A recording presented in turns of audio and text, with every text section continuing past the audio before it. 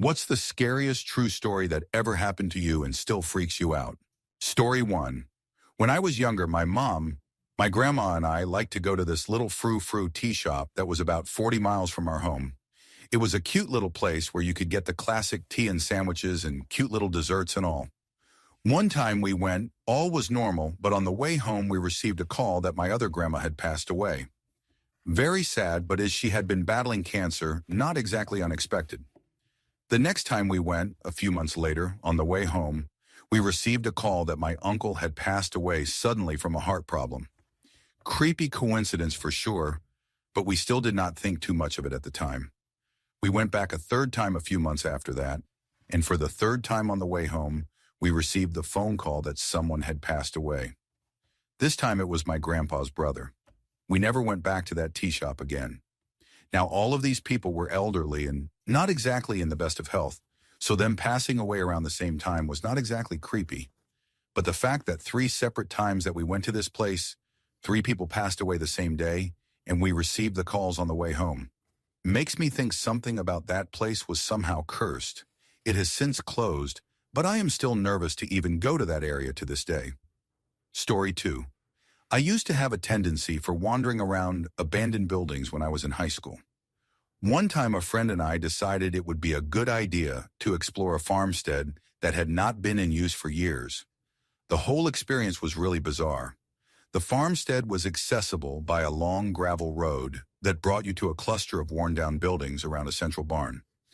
We parked at the end of the gravel road near the turnoff to the main road so we could walk around the property and just pull out quickly later. We went into the barn first, and there were deer bones arranged in a circle around the skull, and a bunch of blankets and wood stacked in a corner of the room. We thought it was really cult-like and weird, noped out, and started walking back to the car. Halfway down the gravel road, we heard crunching, heavy footsteps, and someone screeching behind us. Blood-curdling, screeching. We sprinted back to my car and tried to get out of there as fast as possible, but it had snowed the night prior, and my back tire was stuck in a puddle of melted snow. My friend was screaming because she was so freaked out, but would not turn to look at the path behind us. By the time I had gotten the car unstuck, she turned around to see if there was someone following us, and there was no one there. It could have been a bird or something, but we both swear up and down to this day that someone was following us. I actually thought I was going to lose my life that day. Story 3. So this is going on as we speak, but let us take you back a couple of months to when this all started. One nice warm day, end of August, early September, I go outside and find this little ball of fur, feathers, hair, and a dangling earring hooked on my porch. Weird, I thought. I brought it up to my husband and said that there was some weird energy on our porch, and it freaked me out. I was not touching it, but it needed to go. He suggested that it was a nice gift from the tomcat next door, or something that our dog dragged home. My dog has never done that before, but hey, a way more logical reason than someone leaving weird energy on our porch. Cool.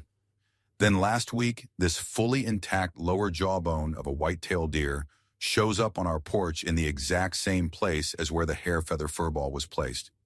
Again, I asked my husband about it, and he says that the dog must have brought it with him. Again, something that he has never done but logical. I still was not going to touch it. The weird fur feather earring ball was still fresh in my mind, and if someone was leaving weird energy on the porch, I was not going to touch it. Thanks for taking that danger on, hon. It stayed on the porch for a while. Yesterday, I was studying, facing my front door. Around lunchtime, my dog starts freaking out, and I look up, and there is this older, disheveled-looking lady, I think, on our porch, who I had never seen before, walking toward our front door. She leaves something on the bench we have out there, and turns around and walks away.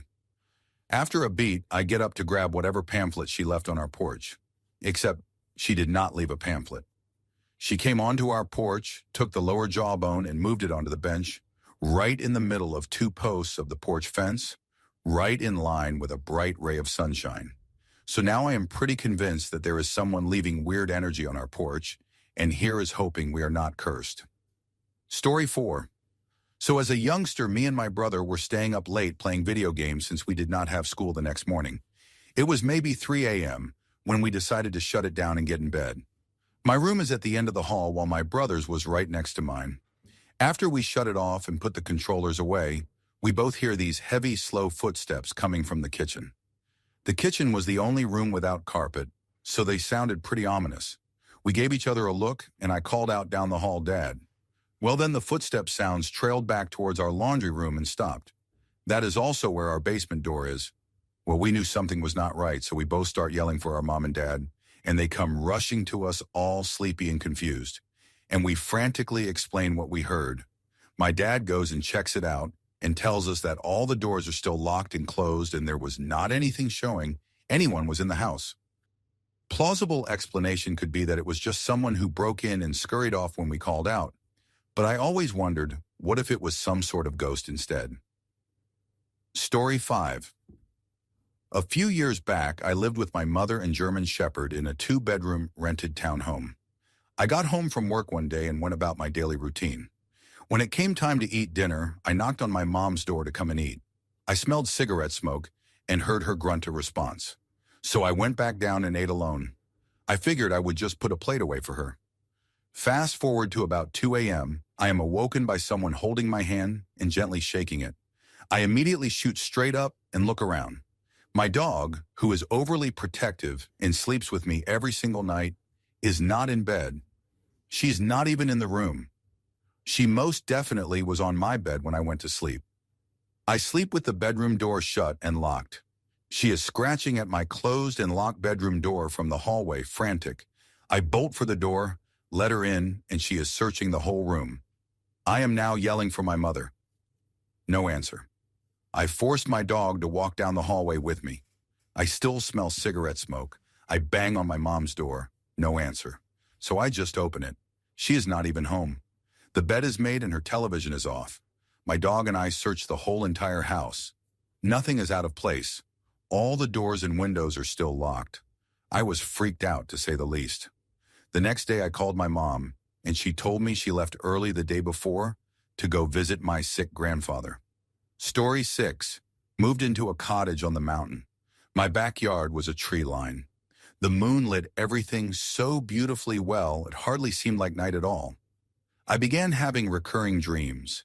It was the same dream every single time.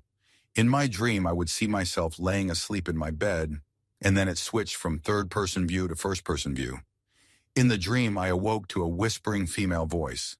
The thirst hit me. In the dream, it was unbearable. I would climb out of bed, open the French doors, and head to the kitchen sink to get a glass of water. As I neared the sink, the voice would get louder and louder, but I still could not make it out. It was as if it were a foreign language, but not one that I had heard before, nor since. Then standing in my kitchen and looking out the window, right above the sink to the tree line in my backyard, well lit by the moon's light, the voice suddenly became clear. She said, "The devil is in the woods." At this point, a shadow darted quickly behind the tree line. I would then wake up from my dream standing in my kitchen in the exact spot that I was in the dream. This happened almost every week for the entire duration of time that I lived in that house.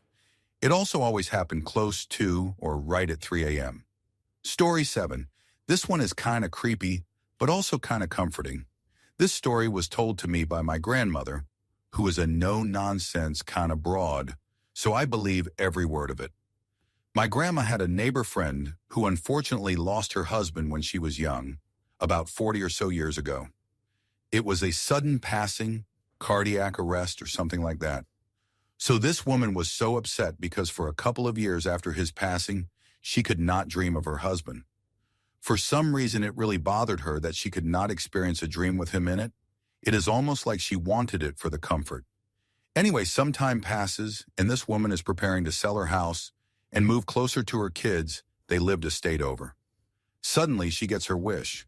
She starts dreaming, and her husband is in them. She has multiple of these dreams, and in every one, her husband wakes her up, sits down on the bed, and starts speaking to her. However, his speech horrifies her. It was described to me as backwards or garbled. I imagine it to be something similar to the way Twin Peaks characters speak in the Black Lodge. So yeah, pretty creepy. She cannot make a single word out. A few days before she is about to move out for good, she goes to bed and dreams of him again. The dream is the same, except she understands one word he says. He grabs her in the dream and repeatedly says rafters, almost seeming panicked. She wakes up rattled but returns to sleep. The next day, as she is finishing up packing in the basement, she looks up and sees the rafters. She remembers the dream and is compelled to reach into them. She does and pulls out thousands of dollars worth of World War II bonds her husband had purchased without her knowledge. She swears he never told her about them, so he appeared in her dream to tell her so she would not leave all those bonds behind when she sold the house. Story still gives me chills today. Story 8. Before my parents split up, we used to live in this huge old house. We lived in that old leaky house until I was about 14. The thought was to renovate the nearly 100-year-old house, but I guess life got in the way for my parents. The house had 2 floors and all of our bedrooms were up on the second floor. The largest part of the second floor was dominated by the attic. It was a creepy attic filled with discarded things from both our family and the previous owners. I knew the attic pretty well because although I was terrified of it, me and my best friend would hide things we should not have there. A stolen baseball bat, fireworks, and other things 10 to 14-year-olds would hide from their parents. The attic had an old wooden door that had a key in it. The door was always locked unless someone was in there. My bedroom shared a wall with this attic. I had insomnia when I was a kid, or at least the doctors told my parents it was insomnia. One of my biggest secrets is that I slept with a nightlight on, hiding under the covers and pillows until I was 14. I would strategize how I would sleep and make it look like the bed was empty by sleeping under the mattress or by having my head under the pillows. The reason was that almost every night I would hear stuff from the attic shift and move. It often sounded like somebody was rolling heavy balls like bowling balls or the like across the floor in the attic. Sometimes I would hear knocks on the walls. Sometimes I heard what sounded like whispers. Me and my best friend would sometimes summon the courage to explore the attic in the daytime. Always with the door open, never alone.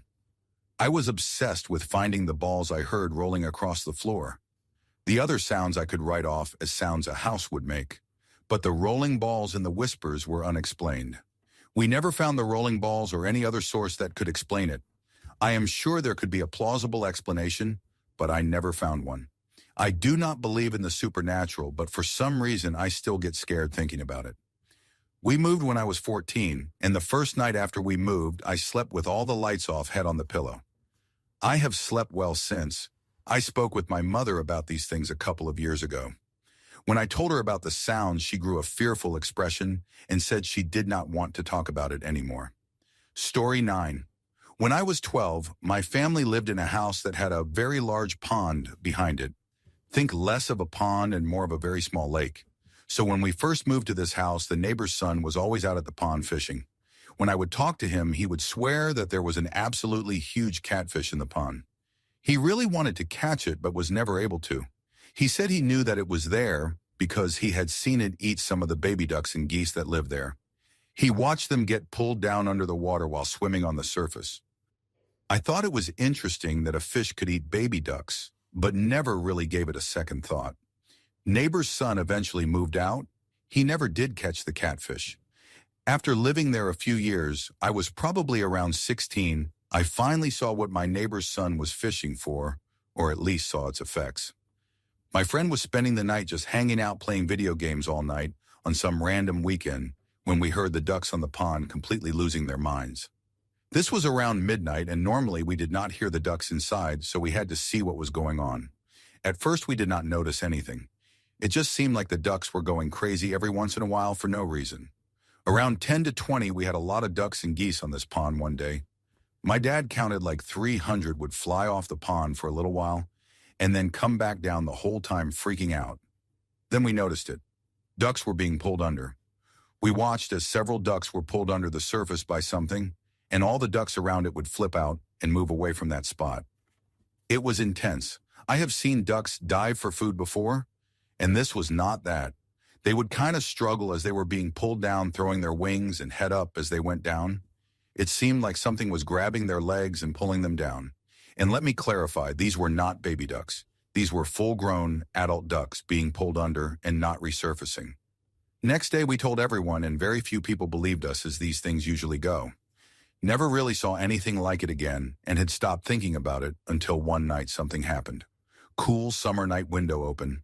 playing a game on my Nintendo SP when I heard something outside. It sounded like someone with big sloshy, wet boots was stomping through mud. I was sitting on my bed next to the window looking at my SPE when I first heard the sound. It sounded like whatever it was walking down the fence line to the pond. I jumped off my bed to go look out the window. When I looked out, I saw what I can barely describe. At the end of our fence, about 20 feet away from the pond, was this giant brown and black mass of something. The size of it was around a small car, and it was rounded kind of like Cousin It, with two shiny black eyes near the top. It was looking right at me. As soon as my eyes met its, I collapsed with fear. I have never felt anything near that level of fear before in my life. One time I almost got seriously hurt from car surfing, and the fear I felt then was a drop in a bucket to what I felt when my eyes looked into whatever it was. I laid there on the floor, unable to move, unable to breathe, and listened to the creature walk to the pond. I heard splashing, and that was it. I laid there for what seemed like hours and eventually moved to my bed and stayed awake in fear all night. Just stared at the window. No idea what it was. I think about it often. Story 10. About 4 years ago, we heard my grandmother fell and hit her head, and she was not going to make it. We drove 4 hours south to get to see her one last time. My mom was distraught. She was riding back with some other family. My sister had to drive us home. We were pulled off on the side of the road. I cannot remember what we were doing over there, but we were waiting for cars to pass so we could hang a U-turn. I turn around and look and see a car approaching. My sister then says, "I am going to hit this car." I thought she was messing around or something. Then as the car starts to pass us, my sister hits the gas and swerves into it. Amazingly, we did not actually hit it. That other driver had incredible reflexes and swerved around us, did not even honk or stop. My sister instantly started to freak out and said she did not see it. I was confused. I told her what she told me, but she had no memory of saying that. She then burst into tears, saying she did not see it and she did not say that. But my brother in the back seat confirms we both heard her say it. To this day, we do not know what happened. She still claims she did not say that or see the car. Story 11. One time I drove back to college after Christmas, but before the winter break was over, so I was the first of my roommates to get back to the house we were renting. Our house was in a pretty isolated spot on the outskirts of a town in upstate New York. I pulled into the driveway behind the house, went to the trunk and grabbed one of my bags, and then ran inside because I had to use the bathroom so badly I had been on the road for over 5 hours. I was inside the house using the bathroom for maybe 5 minutes. Afterwards, I went back outside to get the rest of my stuff from the car, and there were footprints in the snow all around it. Now, as I said, I was alone in the middle of nowhere. The only set of footprints should have been mine from where I had gotten out of the car on the driver's side, walked to the trunk, and then walked to the back door. Yet now there was another set of footprints circling the car and then leading into the woods at the back of the property. It appeared that the footprints had originally come from the woods as well. I had left my trunk open when I was inside because I had assumed I was alone and nothing had been taken. But someone had seen me arrive, come out of the woods, circled my car, and returned to the woods. I grabbed the rest of my things, locked my car, ran into the house, and locked the doors. Story 12. When I was 8 years old, my room was on the second floor of our house with the window facing the street. I liked that room because there was a street light right outside that made the whole room glow, a pleasant orange color at night, and I was and still am terrified of the dark. One night I had stayed up reading. I had just discovered Percy Jackson, and I heard a rustling sound. At first I rationalized it was my cat, but she was asleep in the hall right outside my doorway. I realized it was coming from outside. I was terrified, but I could not check.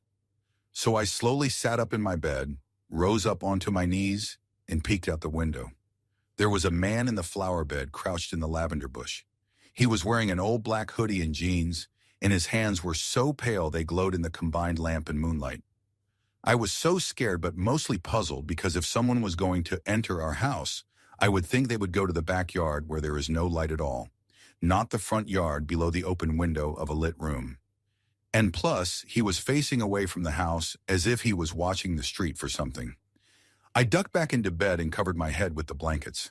He returned every night for the next 12 days, always crouching in the lavender bush in the full glow of the streetlight. I do not remember why I did not tell my parents. On the 13th night, as I watched him, he suddenly froze. He had been still before, but somehow he completely stopped moving, as if he were made of concrete. He slowly stood up, and he was tall. So tall. My bedroom window is at least 15 feet above the ground, and the top of his head almost reached the sill, but somehow the proportions of his torso were the same as a normal person's. Like just his legs were 12 feet long, or he was standing on a ladder. He slowly turned his head to me and stared at me, except he did not have a face. It is not that there were no features and it was just skin or anything. It was that under the hood of his jacket there was just shadow. His face should have been lit up from the light coming from my room, but there was nothing there. I could even faintly see the back of the hood through the darkness. Even though I could not see his eyes, I could feel them staring straight into mine, and it felt like he had crawled into my skin. My whole body felt wrong, like he had poured the shadows directly into me. He raised his completely white hand. He did not even have fingernails and made the shh gesture where his mouth should be. And then he turned around and disappeared. He did not fade or anything. He was just gone like he had never been there. All these years I thought it was a recurring bad dream or just my infamous imagination. I had convinced myself he was part of a story I wrote or maybe a book I had read. But then a month ago he came back. I am 20 years old living in a third-floor apartment. I had just finished my math studies and I went to close my window since it was well past midnight and the desert where I live gets cold at night, and he was there staring at me. He was just as tall as he was 11 years ago, so his head did not reach my window. He stared. I felt that same molten dread in my whole body. He raised his hand in the same gesture, and then he was gone. The next morning, still convinced I had imagined it, I inspected the bushes below my window. There were 2 columns of broken branches and crushed leaves where he had stood. Story 13. When I was younger, my older cousin lived with us for a bit because she was having behavioral problems at home. My parents had to go at night to pick someone up from the airport, so they left my brother and me with her. My brother and I were both in bed in my room at this point. I think it was a school night, and she was up in the other room doing homework or something. But she finished up, so she comes into my room to lay down with us. But as soon as she opens the door, our house alarm starts going off. She quickly shut the door and came over to me to tell me to be quiet before going back to hold the door closed, since it did not have a lock. My brother, who is older than me by a year, then woke up very confused about what was going on.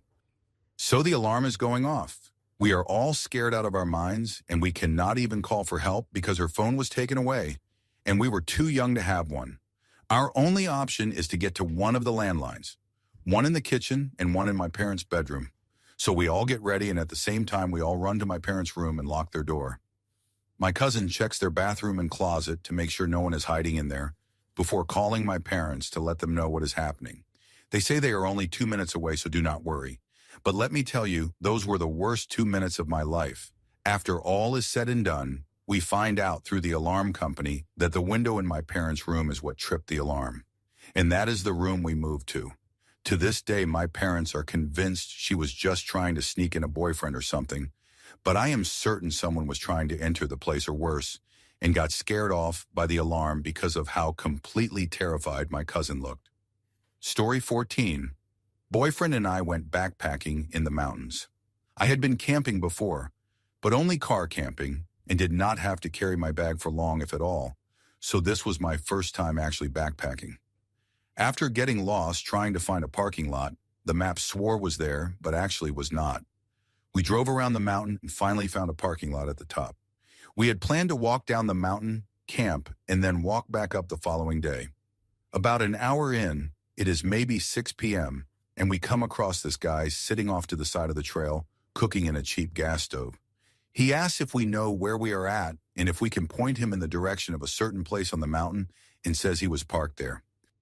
He continues talking about how he had a friend drop him off who was going to pick him up at point A, and then changed the story to he was parked at point B, and then said the friend who dropped him off went to hike somewhere else.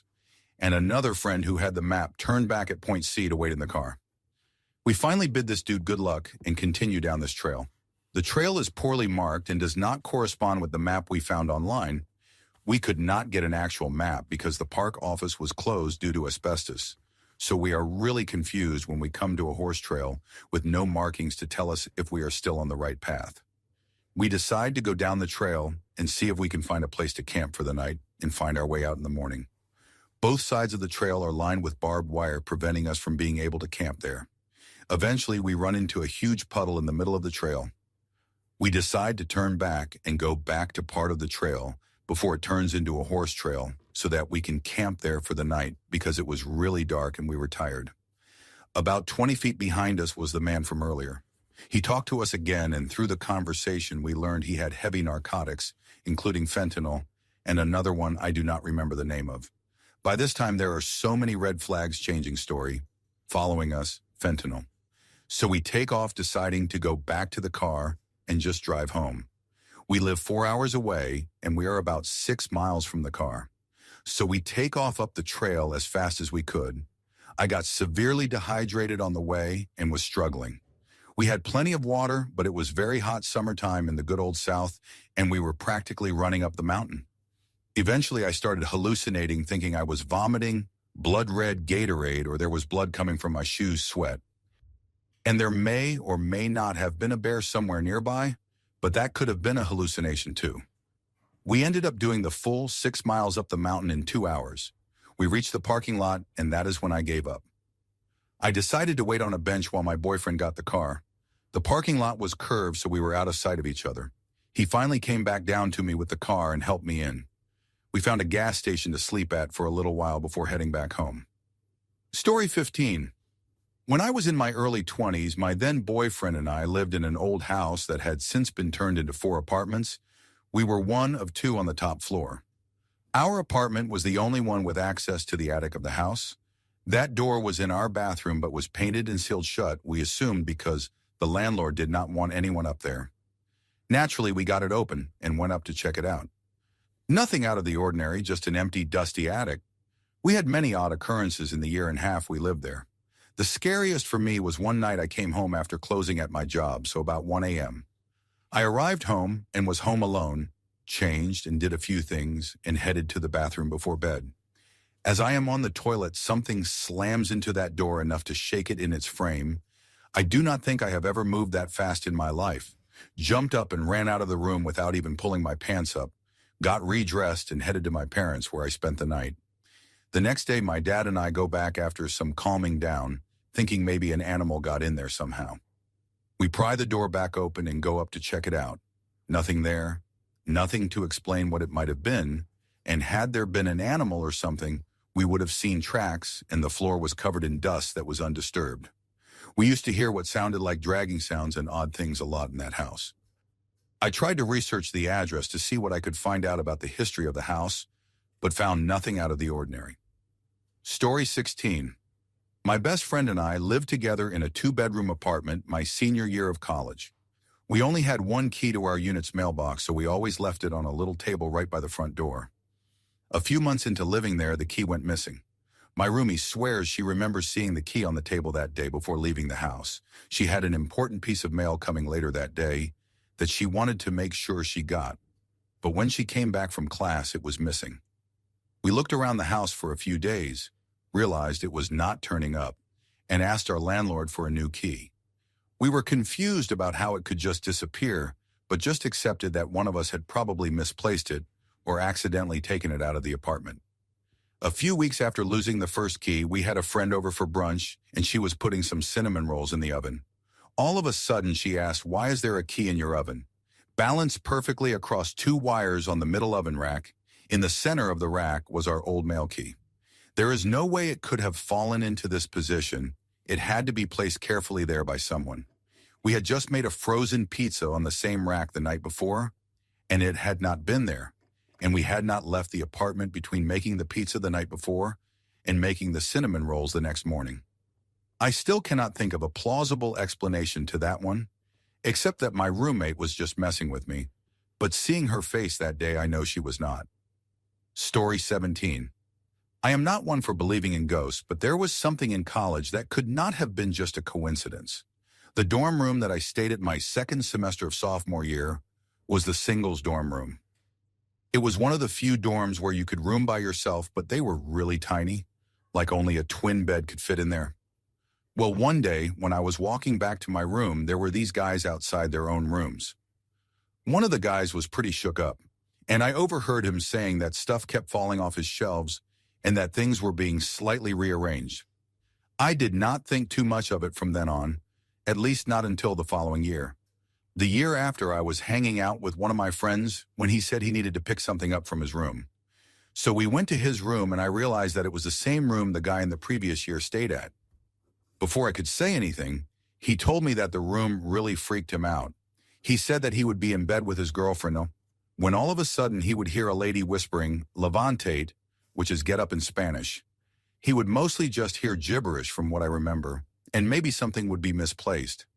It did not help when I told him about the previous person there, and there is no way that the two of them knew about each other, and yet things happened in the same small room.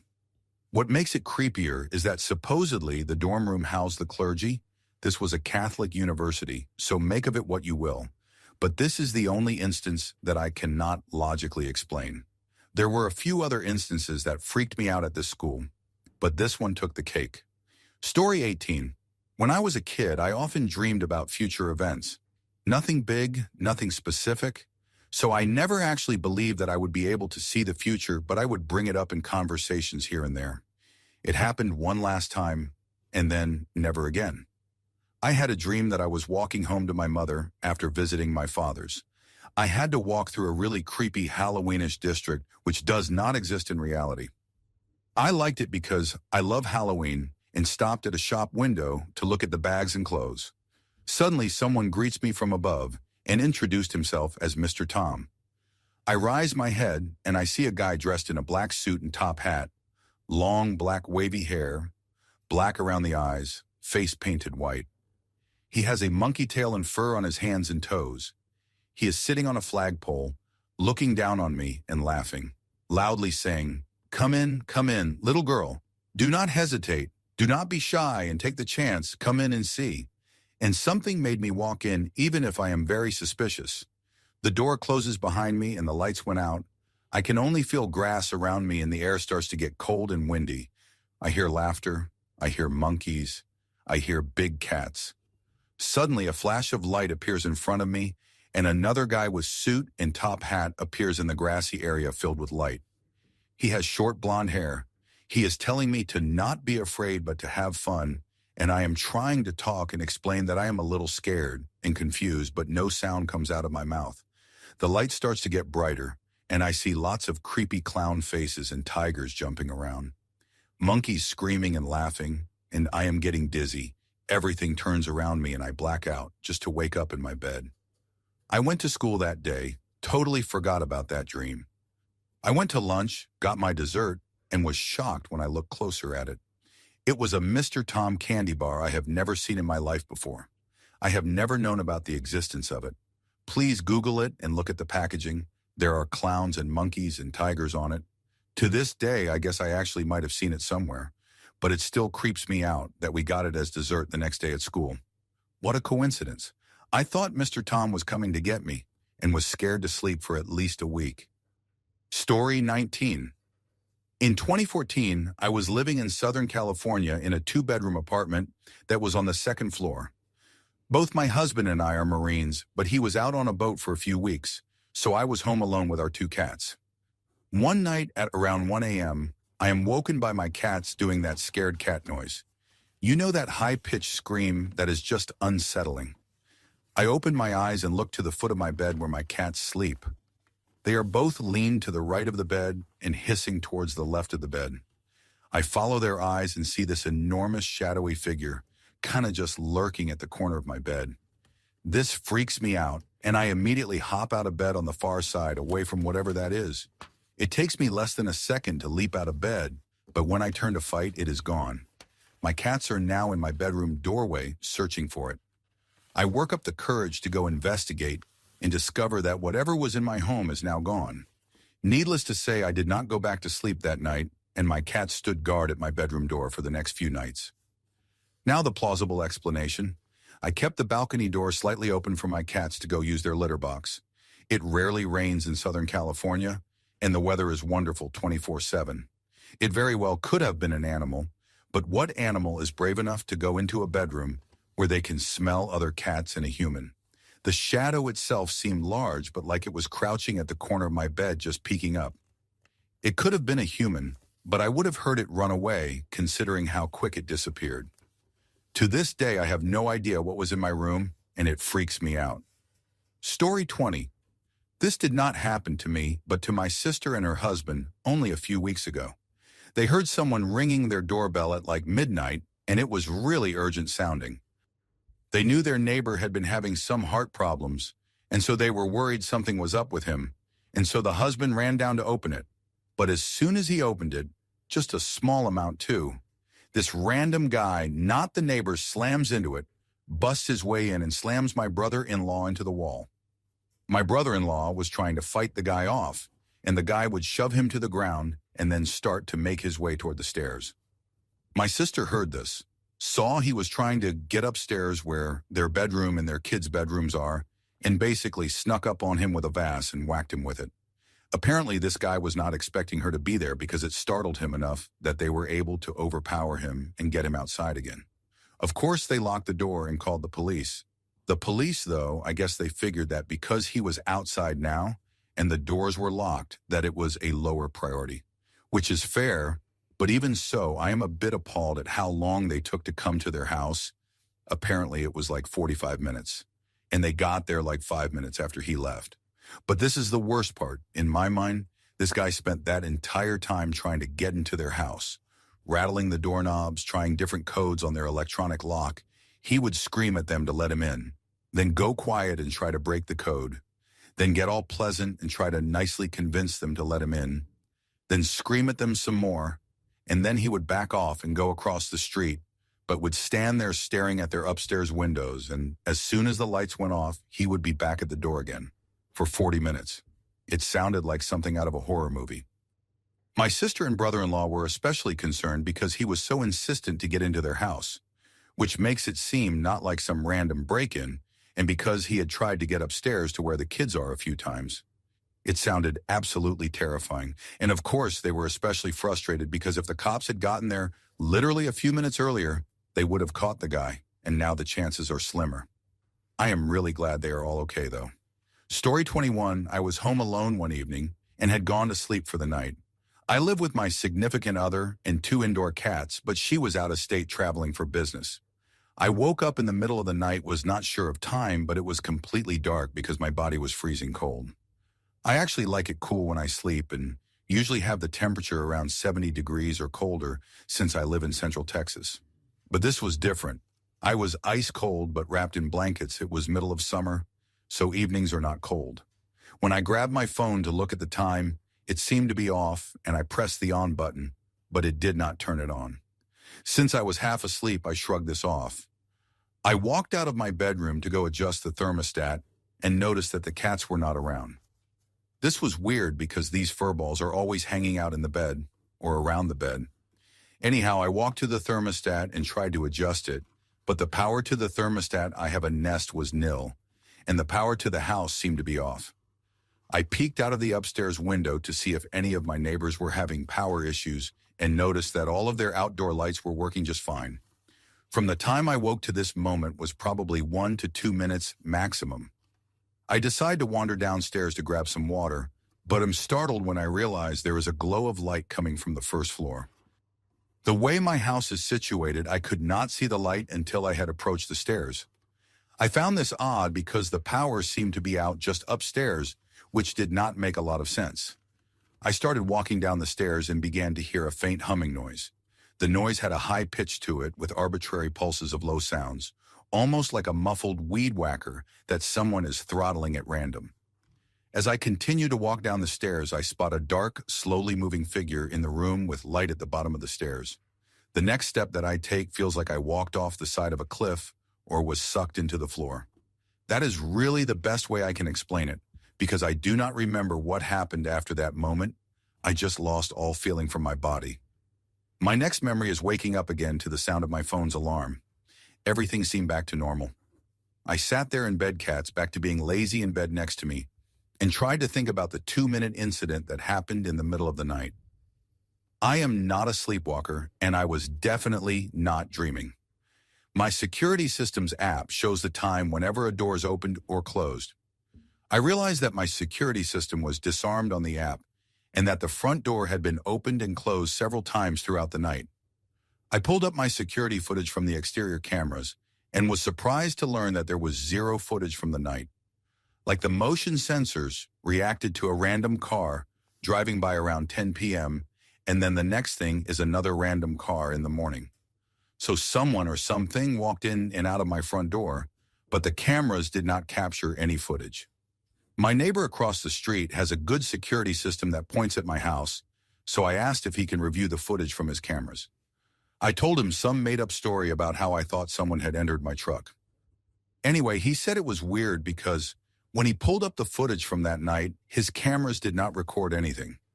Just a time gap once again. My first thought was that I was sleepwalking and that the memory was a dream, but it just could not have been.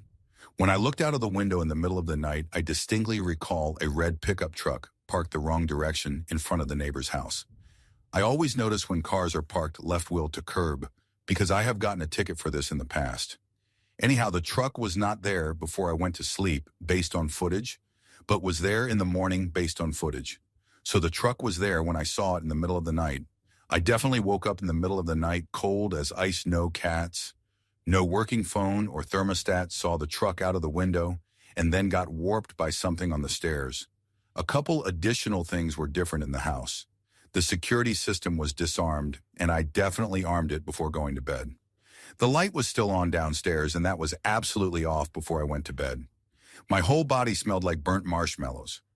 I know this is weird, but it is really how it smelled.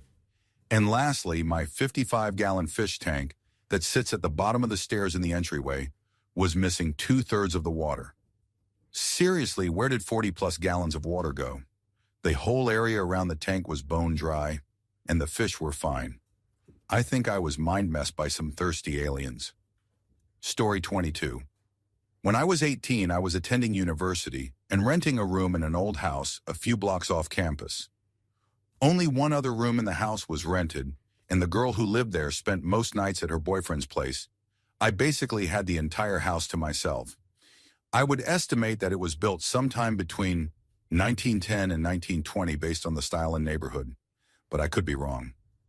I do know it was around 100 years old at the time, and the oldest home I have ever had. It was my first time living alone, and since it was such a big empty space, I spent most of my time in my room behind a locked door. It was not super creepy or anything, but at night when I was alone, I tended to avoid leaving my room unless absolutely necessary. It had the same uneasy feeling of turning off the basement light and then running up the stairs as fast as you could in the dark. Not for any real reason, but it made your heart race anyway. Near the end of my first semester, I contracted influenza A. I had been pretty fortunate with my physical health up until then, and it was the sickest I had ever been in my life. I could barely peel myself out of bed to go to the bathroom or to feed myself. I was incredibly weak, my whole body ached, and I was running a very high fever. I actually developed arthritis in my joints as a symptom, which I did not even know was possible. I remember waking up with a puddle of sweat collected in the hollow of my throat at one point. It was absolutely disgusting. A few days into the ordeal, I woke up to find an elderly man sitting by the side of my bed. There was no chair there, but he was very obviously in a seated position. For some reason, I did not react with shock at all. I was completely unafraid. I asked him what he was doing there, and he simply said, "I just wanted to make sure you were okay." I must have fallen back asleep because that is all I remember of the visit. This could easily have been a NyQuil-induced dream or a fevered hallucination, but to me it was absolutely real. He was there and he spoke to me, and I felt very comforted by his presence. A few months later, I had a friend of mine from another school come to visit for a weekend. We did some exploring of the house and found a hatch to the basement. It was filled with old tools and hardware, but one thing stood out to me for no apparent reason. On the wall was a medicine cabinet absolutely stuffed with old pill bottles. Regular things like Anacin and other old brand names I had to look up. It also contained many prescription pill bottles that were too faded to read. For some reason, as soon as I saw them, my elderly visitor came to mind. I wondered if maybe he had some experience caring for a sick relative and came to visit me when I was ill, because it was a familiar situation. I did ask the landlord about previous occupants, but they had purchased the house only a few years earlier and did not know much. I suppose I will never know. Story 23. My family and I used to drive to this old village by the sea when we were kids, and we would spend the whole summer there. The village was known for having a lot of abandoned houses due to old owners passing away and them not finding any relatives. The house right next to ours had been totally abandoned since way before we moved there. The door and windows were all boarded up and the house had been untouched for at least 10 years. Anyway, one summer me and my cousins decided it would be fun to break the wooden boards and look in the window to see what the house was like on the inside. We cracked one of the boards enough to be able to see inside, and to this day I will never forget the sight. The window belonged to a bedroom, and with the bedroom door open, you could kind of see like half of the house through the window, and the entire house was spotless, not a speck of dust in place. The beds were made and looked clean and untouched. The ceiling fan was on. There was a prayer carpet on the floor. I come from a Muslim country. Needless to say, we were weirded out. So we go to the security guard that watches our block to ask if anyone has bought the house. And he says the owner passed away a long time ago, and it has not been touched since. One day later, the board was back up, as if we had never been there. Story 24. Back in primary school 3rd grade, we had this 3rd grade camp on our school's rugby field on a Friday night. No tents, though. We all slept in the clubhouse on the field. It was a lit night. We played games, hide and seek, sang songs, and teased the 3rd grade couples. It was an amazing night, till my group of friends and I went out to hide on the other side of the rugby field where the lights were turned off.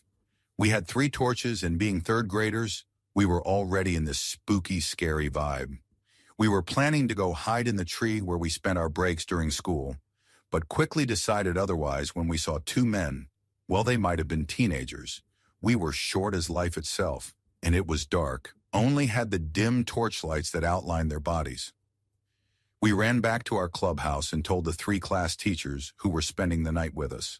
All us children were called inside the clubhouse for safety and supervision. The male teacher that was with us took a torch and went to go check if there really were 2 guys there. And if there were, they must have somehow broken into the school, because the only way to get to the field was through the school. We were supposed to close the blinds and all, but I was too curious, so kept peeking under the blind closest to me. To this day, I remember the teacher walking like 40 meters till he was behind a tree. From my angle, I could see him. He was just standing there, like for 2 minutes. He then came back and told the other teachers he saw nothing but that they should call the cops just in case. He was too damn scared to go check it out himself. Well, I feel you, bro. I would have done the same. Anyway, later that night, 2 cops arrived, and a few minutes later, 2 more vans pulled up. We were sent home. Some of the parents were not happy to come get us past 10 p.m., and the children who did not have lifts home went to sleep at the teachers' houses. We were obviously never told what the cops found that night. I have thought of it to go ask those teachers if they are still there. What the cops found, I am 16 now and in high school. The creepy thing was, the Monday when we went to school again, my group and I went to that tree where we saw the 2 men. The tree had lots of cuts in it, clearly by some knife. There were also a few numbers, not phone numbers, written all over the tree, but the sight of a big body-sized hole covered up with sand like sea sand. That bright yellowish color made my group and I decide to not sit there anymore. Story 25. I had gone to a party in the college town nearby with 2 friends who were dating. We had procured a little bit of mushrooms and there was some drinking going on. The female friend and I partook in the mushrooms. Her boyfriend abstained. I ate 3 grams, she ate 1.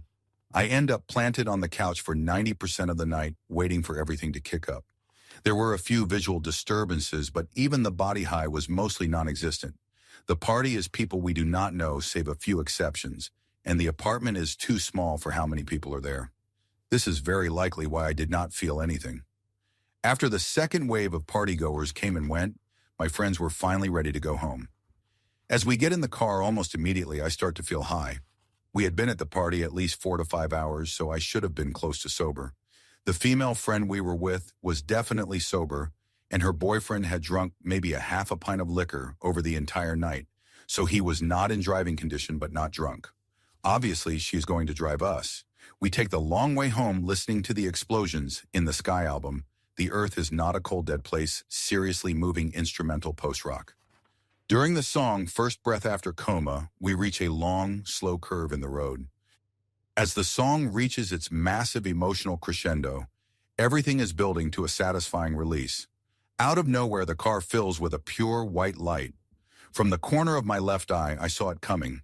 Before I could say a word, everything went blank. No thoughts, feelings, or senses, for what felt like minutes. Realistically, it was a second, possibly two. The air was sucked out of the car and my lungs. Suddenly, reality is back. The song has just ended, and all three of us are gasping for air. Briefly, I assumed it was the substances, but all three of us started scrambling to relate what had happened. We started realizing it was the exact same for each of us. She had seen it coming out of the left corner from up in the sky down towards us, as had he.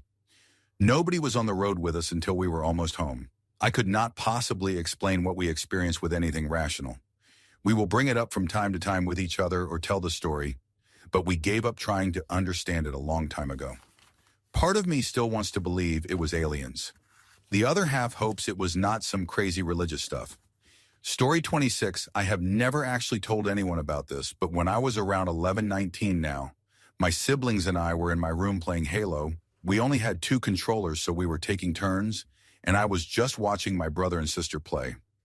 My room had a bathroom connected to my sister's room that always paranoid me, so I left the door closed and locked. I noticed that the door was open and went to close it, thinking my brother may have opened it. Then it was my turn, so I started playing. When I finished, I noticed that the door was open again. I told my brother very adamantly, "Keep this door closed, stop opening it." He and my other 2 siblings claimed they did not open it. I closed it again and sat on my bed staring at it, seeing why it was open. All of a sudden, the door opens and I see some cloudy shadow that looks like a person, maybe 5'8", move into the bathroom. I did not say anything and just bolted out of the room into my living room. I refused to go back into that room for about 2 months and just slept on the couch every night. As I said, I never told anyone about this, but I assume my mom sort of knew what had happened, because about a year ago, my mom was telling me about stuff she saw in the house and never mentioned because she did not want to scare us. My dad also had similar experiences in that house, like seeing someone leaning over him when he woke one night. That was the only experience I had there, and now I am a bit skeptical on the paranormal and think it may have been my imagination or maybe air drafts opening the door. Story 27. When I was about 18, I was staying the night at my parents' house to be closer to work for the next day. It was supposed to snow pretty bad that night. I came across some of my childhood toys and games, including my old Ouija board. My parents were not super fond of it, and me being the asshole that I am, started messing with it, asking if there were any ghosts about. After a few minutes, I started talking trash, saying how there is no such thing as ghosts or demons, taunting it and asking for proof if that is even possible. The next morning, my parents were at work by the time I woke up. I get ready and go to leave my bedroom, and the doorknob will not turn. It was not locked and nothing was jammed into the door frame. I try as hard as I can, and it will not budge. It almost feels like something is wedged under the knob. I start to panic and call my parents. My dad, being the eternal pessimist, thinks I am messing with him and just do not want to go to work because of the snow. He calls my mom, who comes home first. Her job was closer, and she cannot turn the knob either. Dad finally shows up, big, burly Bob Villa type, and cannot make this thing turn either. At this point, he takes the knob apart because there is no other way to get in. No one can figure out what caused this to happen, but inside there is a chunk of metal about as thick as my pinky finger that looks like it is snapped off from something. He finally sees that it is the bolt that pushes in or extends out when the doorknob is fully turned. He gets this worried look as he does not know how it could have happened. I joke that I guess this was my proof and the ghosts were having a good time at my expense. That was the beginning of many other weird occurrences at that house. Our family moved from the area eventually, and we do not speak of that board anymore. Story 28. I have told this story before on a different post, but I will tell it again for anyone that wants to hear it. I will try to make it short. I was 13 and in a wilderness treatment program for behavioral things. The place was out in the mountains of southern Utah by a place called Joe's Camp. Plenty of weird stuff happened out there, and I have a few stories, but this freaked me out the most. And the physical feeling I got, I can still conjure up today. One night we were sitting around the fire telling scary stories, and the topic of Wendigos came up. Some swore up and down that they are real, and one staff member said there were old tales of encounters in the area. We bantered about it for a few minutes, and then being the edgy teen I was, I just blurted out something like, "Forget a Wendigo. I will kill one with my bare hands. Let me see a Wendigo." Later that night when I was asleep, I had this dream. Long story short, I was basically watching this deer in a clearing. And in the dream, I felt the worst feeling of doom. Ever suddenly, this deer is crushed. I mean, obliterated, like I cannot really describe it. It was kind of sucked up under a big rock, and its spinal cord flew out and impaled me. And the feeling I got when it impaled me was the worst, weirdest pain I have ever experienced. The best way to describe it was like a dirty, scraping feeling. I was then in the dream looking at my feet out the end of my tarp tent, and I was ripped out of the tent. I woke up suddenly, and I was sitting up in my sleeping bag outside of my tent, making the strangest noise I have heard. It was like a wheezing screech, like a primal death cry. I do not know how to describe it. I looked around and quickly crawled back to my tent. I wrote it off as a bad dream and did not really speak about it while I was there. I do not know how to plausibly explain it other than a weird dream and sleepwalking, but it definitely jarred me, and when I remember it, I cannot help but still feel really uneasy. Story 29, I was spearfishing at the end of winter, beginning of spring, with my cousin and two nephews. There was shin-deep snow in most places, in some areas with only a couple inches. In this time period, the top layer of snow will melt and leave a thin, icy layer after it freezes again. So we are walking along the creek, and one of my nephews says, "Holy sh!" and I walk over to see what he is looking at. It looked like a footprint, only much bigger. So then I said, "Holy sh!" and my cousin and other nephew came to look at it. We checked around and found a few more prints leading from this one into what looked like the creek itself.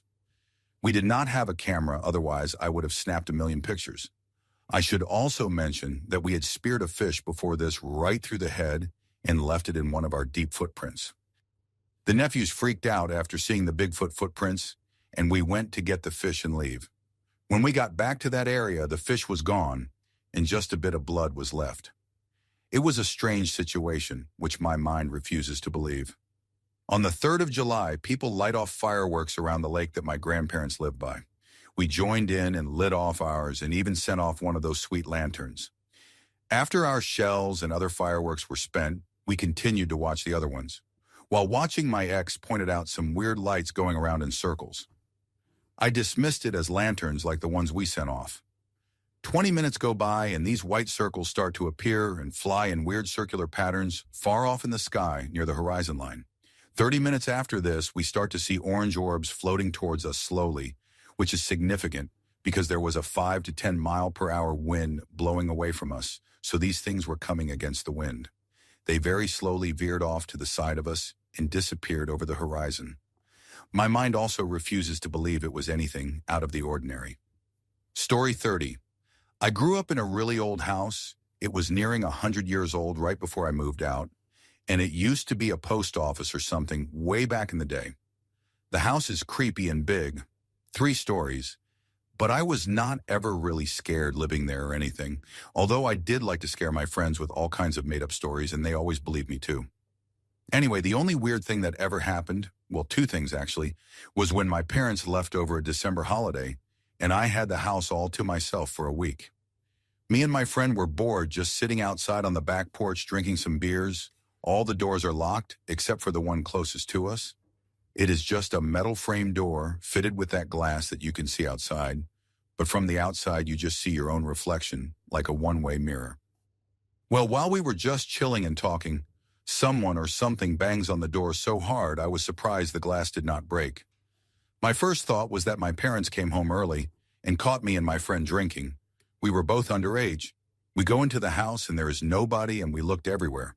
About 2 days go by and nothing happened. Now my room was covered in posters like most teens.